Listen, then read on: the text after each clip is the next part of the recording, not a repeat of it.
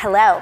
So nice to see all of you. I'm humbled and largely embarrassed by that introduction, but let's just say it's entirely mutual thought partnering and entirely mutual love and respect. Thank you. Full confession, and really somebody made a comment in the back that just really resonated with me, but full confession, I started WorkBoard not because I know more about strategy or execution or leadership than any of you. I started it because I have a deep respect for how incredibly hard the job is. I started it because I recognized for myself that while I intellectually understood how important it was to create clarity and focus and discipline and follow through and coach, I knew intellectually how important those things were to my success and to my entity's success. I just knew that they were really dang hard to consistently do. And I wanted help. I wanted a method. I wanted a resource that was mine. I wanted a tool for that. So it didn't all rely entirely on my labor because I didn't have any more hours in the day and I didn't have any more days in the week. So the product WorkBoard itself was a labor of love and an ode to just how hard the job you all do is, and an attempt to make it a little easier to give you the headspace to operate at your fullest potential. How many of you, I'm assuming all of you, I know this is a simple question, but how many of you want to be a better leader in 2025 than you were in 2024? One of the great pleasures in the job I do now is that I get an opportunity to work with senior leaders in particular an awful lot, and one of the things that defines all of them, and you see it in Tina every day, is a relentless, voracious appetite to be better. Forward-facing.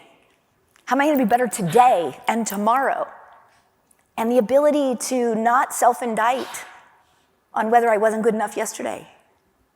Just this forward motion to improve, to be better. And that's actually liberating if you just move forward instead of face backwards. What I coulda, shoulda, did wrong, didn't do well enough, etc., right? Just moving forward. How do I get better? How do I improve? Be hungry for that.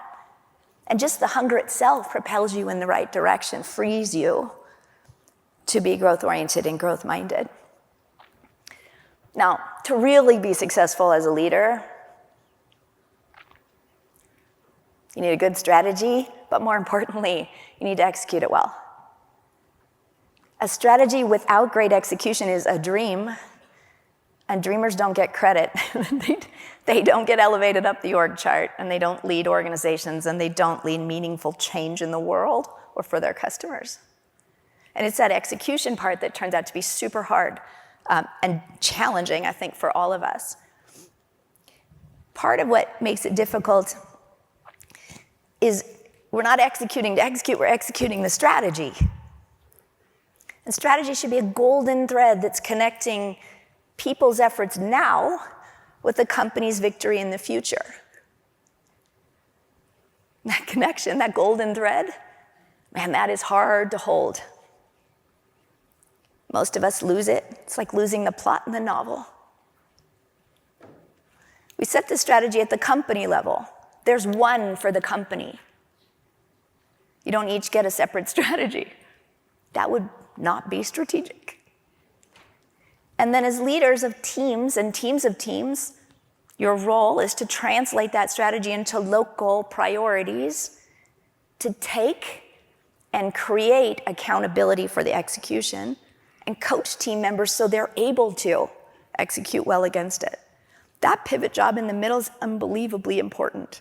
Super hard, but really important. And when we do that well, individuals on our teams have the clarity and the confidence to both do the most important work and know that they're doing the most important work. If we don't get that job done in the middle, they don't have the clarity and the confidence. And when they don't have the clarity and confidence that they're doing the right work, they say things like, we have too many priorities.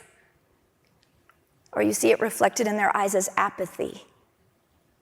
Obviously, you guys don't care about what work I do because you didn't bother to get clarity for me. That's a terrible expression when you see it. Most executive teams, CEOs in particular, think they have the right strategy.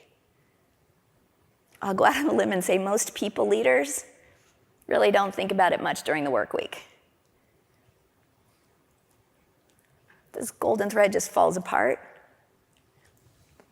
But we need to go from setting a strategy, which is where we'll play and how we'll win the future as a company. That's the strategy. Then our role picks up on driving alignment and creating accountability for the execution of that strategy.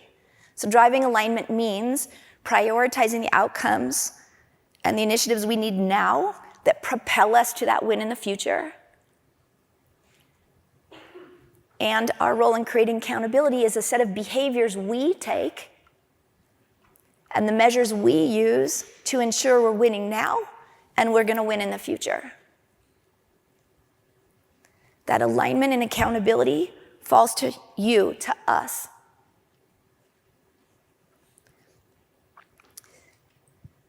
The thing about that is alignment and accountability are not easy. And they're not one and done. It's not what we do at the kickoff and once a quarter when we set OKRs. Alignment is an everyday job, and accountability is an everyday job.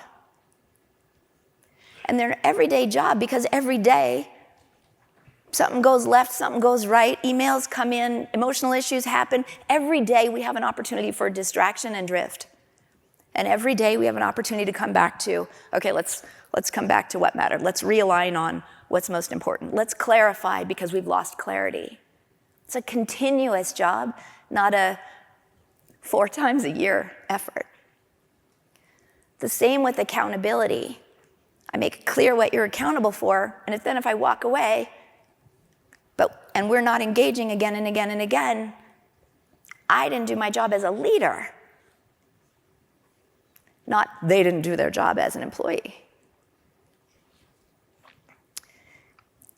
They're continuous jobs in large part because the opposing forces to strategy and the opposing forces to your success as leaders are hidden in plain sight.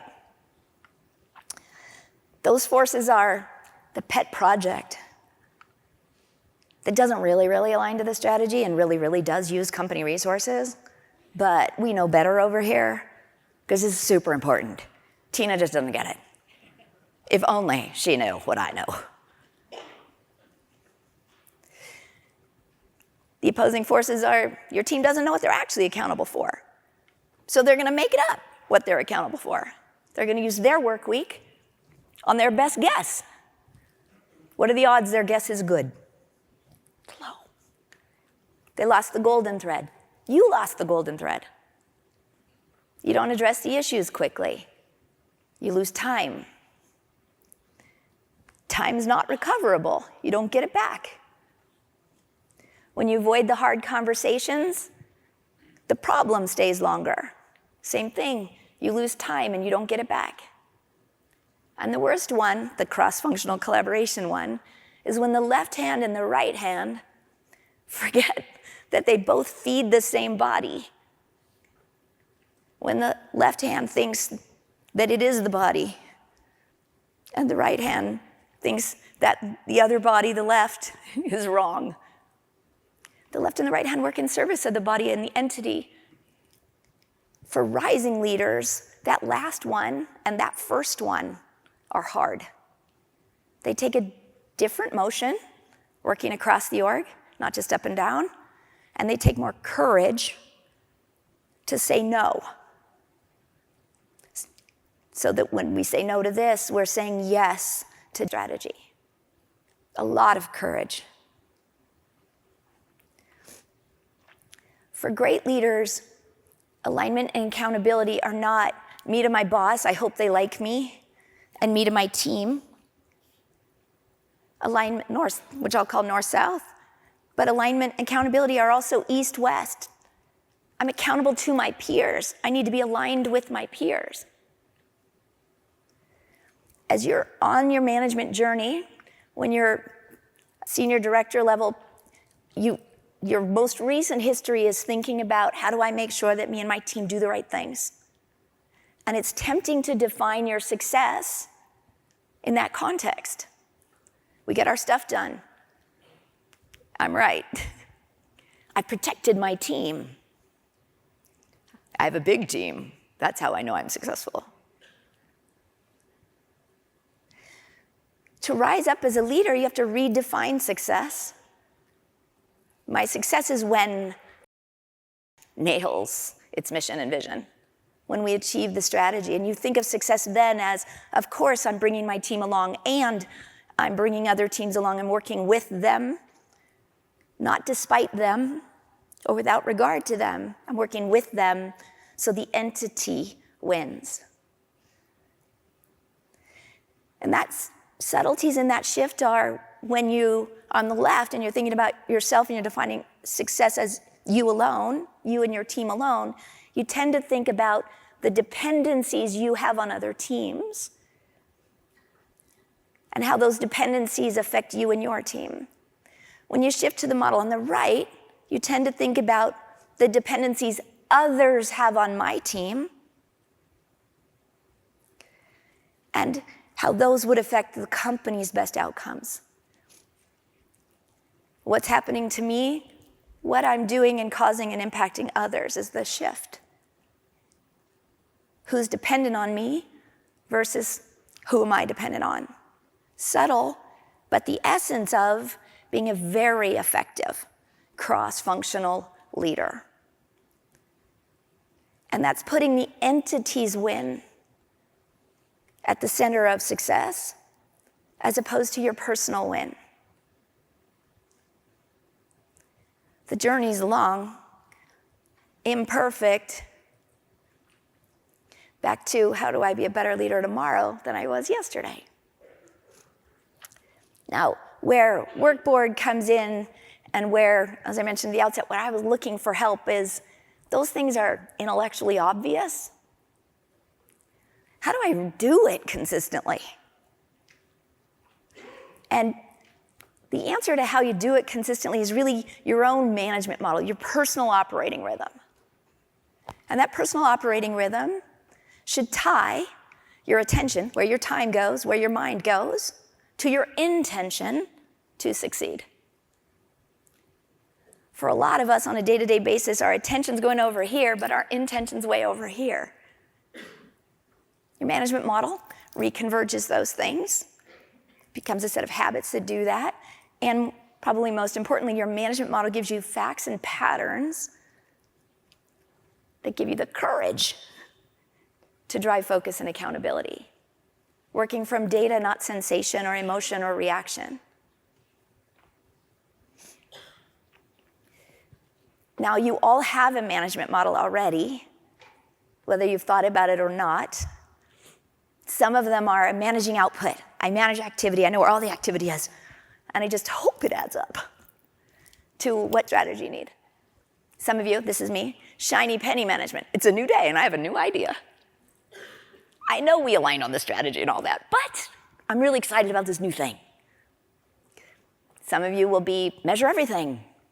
I'm all about the numbers, even the numbers that don't matter, which is rotating my team in a direction that's irrelevant. And some of you, especially those of you in information security and DevOps and zones like that, I'm just too busy fighting fires to look up. I have more important work to do than drive strategy. I think it would shock you to hear how many times I hear, I have more important work. It shocks me every time I hear it, and I must be in the 500 times 500 people range of, in particular, at the senior manager, director level. That's a cap on your career, that concept. I'm too busy. So a great management model is a cadence of operational habits and data that ensure that the strategic outcomes are achieved. It's your operating rigor, and it's your operating rhythm. Now, for senior leaders who've been very successful, the management model that got them here to 2025 is probably too slow to get them further from here. The world's just moving too quickly. So the model that got you here, it's probably broken at the speed with which things change. Now, the management model, words like operational cadence, sounds a lot like discipline and consistency, and it is, because leadership is like any other form of excellence. Your success at it comes from consistently doing the right things, even when they're hard. You got your first, maybe even your second promotion on talent, your third, maybe your fourth on enthusiasm. All of the rest are just discipline, just consistently doing the hard work, right? And your management model is the structure under your feet for that. Question for you. How many of you have a clear management model in your mind? That set operational cadence of habits and data. Do you have a pattern? A set of things you do quarterly, monthly, weekly, and daily? Nobody? Yeah. One person, two people. Either that or the lights are bright and you all have your hands up and I just can't see. But as you think about your management model, think about, right, if I optimize my management model to make sure that GHX is successful and I'm the best leader I can be, have I made sure that that golden thread is at the center of my cadences and my behaviors? Or is that a total afterthought?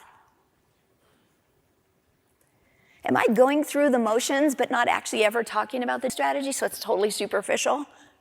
Have the pretense of being a structured leader, but not the truth of being one?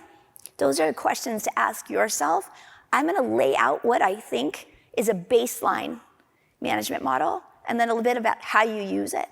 So, quarterly, what are the set of activities leaders do that are the anchor of their management model and their motion? And I'll say annually, it's refresh the strategy and do what you're doing right now.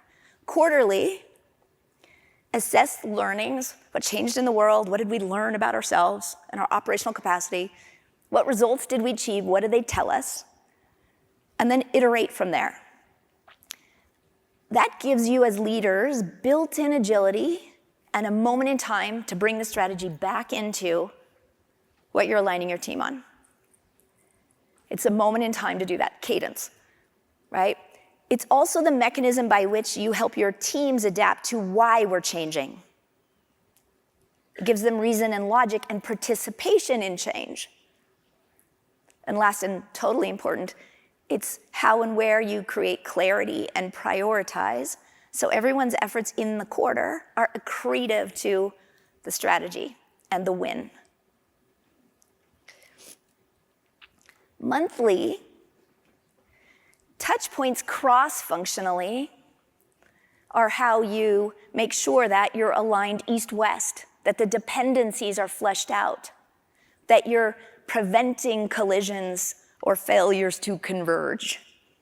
And the monthly, it's making sure that we're looking up at outcomes collectively. How do we make sure that we're not losing the forest for the trees? And it's that monthly touch point where you're working with clarity collectively towards outcomes. Now, senior leaders know this. Monthly business reviews, et cetera, create that motion. They are the cadence in a senior leader management model.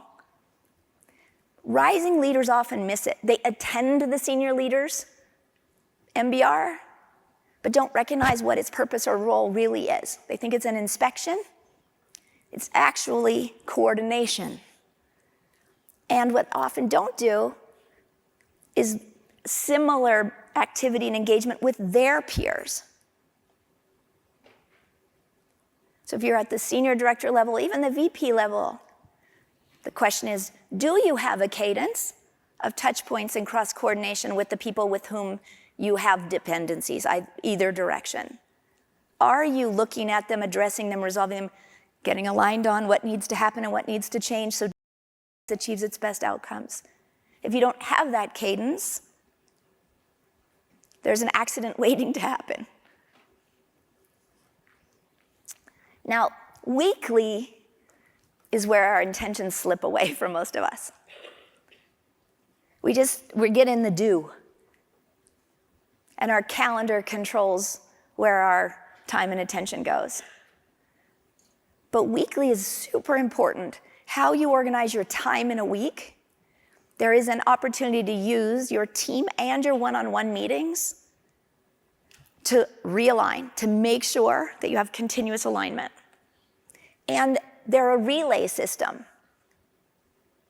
Your team meeting on, let's say, the beginning of the week, bring everybody back to what it is we're trying to accomplish, what we aligned on as most important for our team, discuss the issues that need to be resolved and make some decisions there.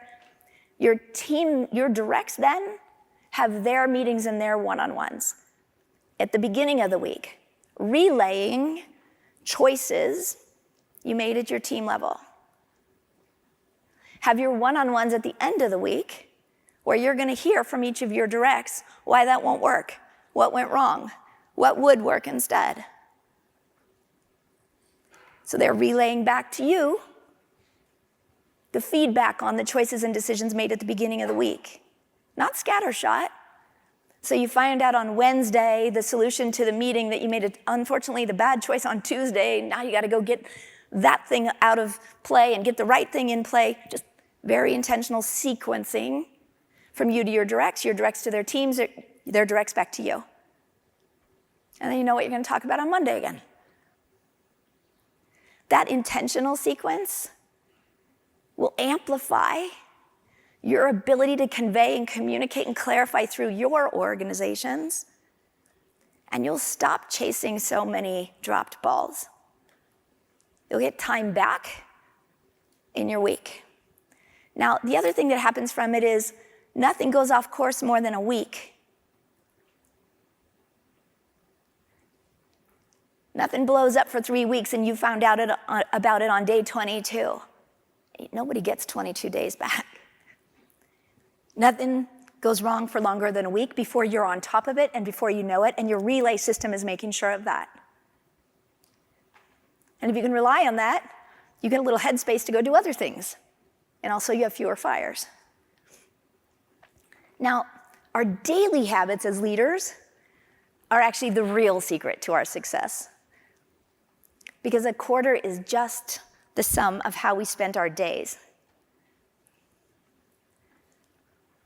And daily, take time to reflect, to recenter yourself on what it is you're trying to achieve and accomplish, to rise above the noise. And when I say take time, I mean put it on your calendar and block it off. Thinking is a legitimate use of your time as leaders. Right? I'm telling you, I force my team. I inspect how much time on your calendar is blocked off for you to rise above. It's shocking how many people, it's zero. Because we're habituated to think if we're not in a meeting, we must not be working. Wrong. You have to think to be great at what you do. And your daily pattern and habit of that is where you connect intention and attention together, right? So you ensure by allocating that time that you're not in react mode. And when you're not in react mode, all the things you just talked about fear and growth mindset, when you're not in react mode, you can operate that way. When you're in reactive mode, it's 2 days later and you're like, dang it, I blew that. I should have behaved differently. And your daily habit is recentering you.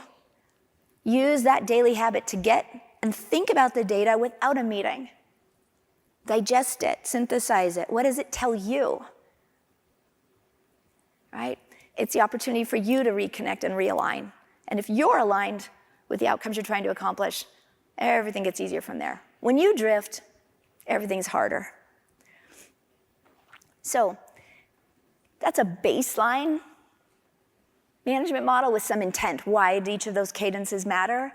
You'll tune yours to what you aspire to, how great do you want to be, and what your risks are. Now, the risks are things like, how soon do I need to know that we aren't going to make what we said we would do in the quarter? How soon do I need to know? Is it okay if I find out a month later, or do I need to know earlier? The risks are, how often do I need to coordinate with the other teams that I'm dependent upon so that wins? If that's never, then you don't need that mode in your management model. If you've got a super high speed interdependency, then maybe monthly is not fast enough. Maybe you need to bring that into bi-weekly instead, where you're doing a touch point with the teams across the org.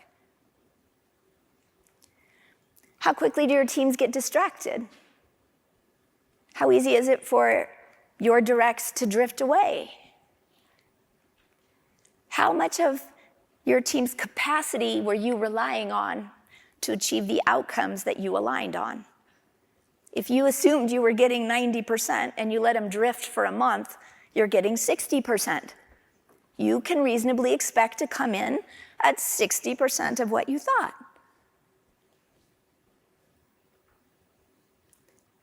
Time is a super scarce resource, and your management model is helping you make sure that you're not squandering it. So when you think about the pace and cadence, what will I do quarterly, monthly, weekly, and daily? What are the touch points? What am I anchoring on? Think about, what am I trying to accomplish? How fast are things moving? And how quickly do I need to course correct to get to the best outcomes? Now, in 2025, you should take advantage of the AI in WorkBoard to create consistency where you don't already have any. We all need that crutch. We all need that crutch. And you should use calendar control to be more successful as a leader. Put your operating rhythm or your management model, put it on your calendar for the quarter. Build it in now, not fungible. Build it in. And then operate against that versus let people put stuff on your calendar and you operate on their whims or reactions or whatever it is. Take control of where your time goes, so you're taking control of what your outcomes are. Now in WorkBoard, the moves daily, and I'm gonna start daily because that's, for me, actually the foundation. Scheduled time to think. Actually look at where your risks are. This is what we're trying to accomplish. Shoot, we're way off over here. All right, so who do I need to follow up with? What conversations do I need to have? What coaching do I need to do today and this week? That's your daily. Anchoring yourself, aligning yourself on the outcomes you're trying to achieve and your own intentions to be successful. Weekly, anchor your conversations in the team meeting and in your one-on-ones on what it is you're trying to accomplish, which is how you stay forward moving.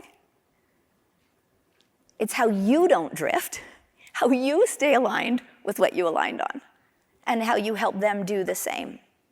There's a nifty thing in WorkBoard now, a Monday memo, which you can see on the page here, which literally comes at 8:15 on Monday morning, and it says, here's what's going well, and here's what's not, and these are the things that need your attention. Read it.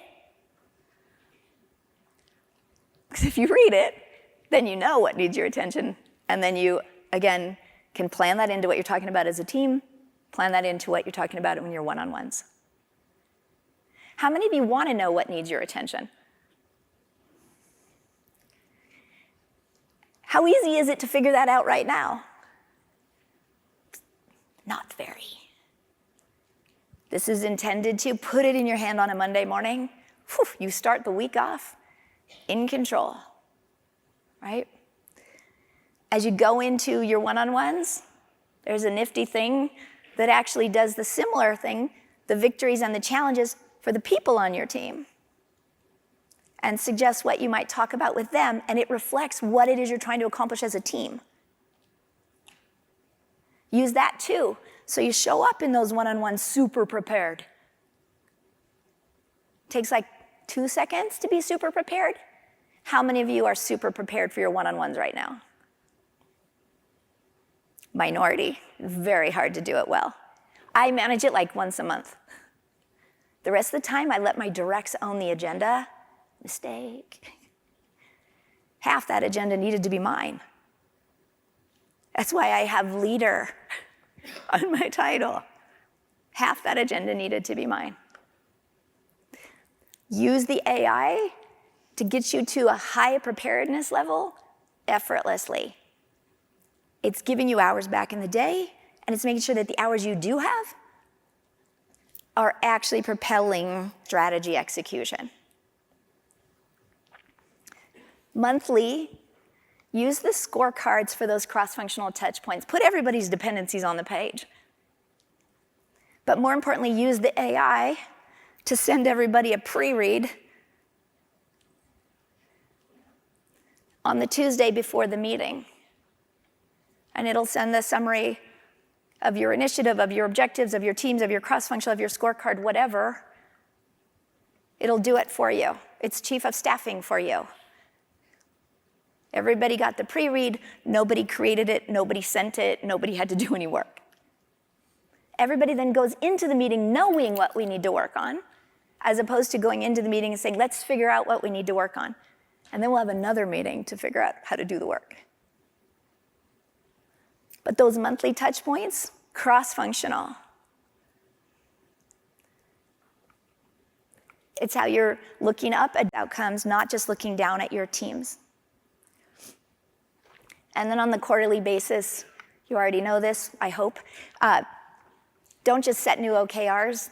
Take the time to learn and listen from your team, and then use the AI to summarize what you learned and make it easy to communicate that upward and over in the organization as well.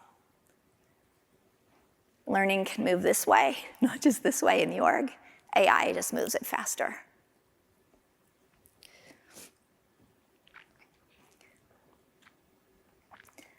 The combination of your courage, your intent to be better leaders in 2025, and the data and the flow and the consistency in WorkBoard should give you this magical combination of facts to inform and improve the choices you make, fortitude to make decisions, to say no and to redirect energy, fearlessness to lean into the red, the things that are going wrong, and work on those fast and effectively, and the finesse to motivate and empower people to own the results, to take responsibility and ownership themselves.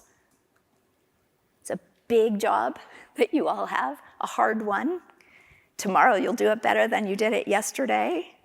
Take advantage of the calendaring your management model, thinking about that structure, being intentional about it, and use WorkBoard as your source of facts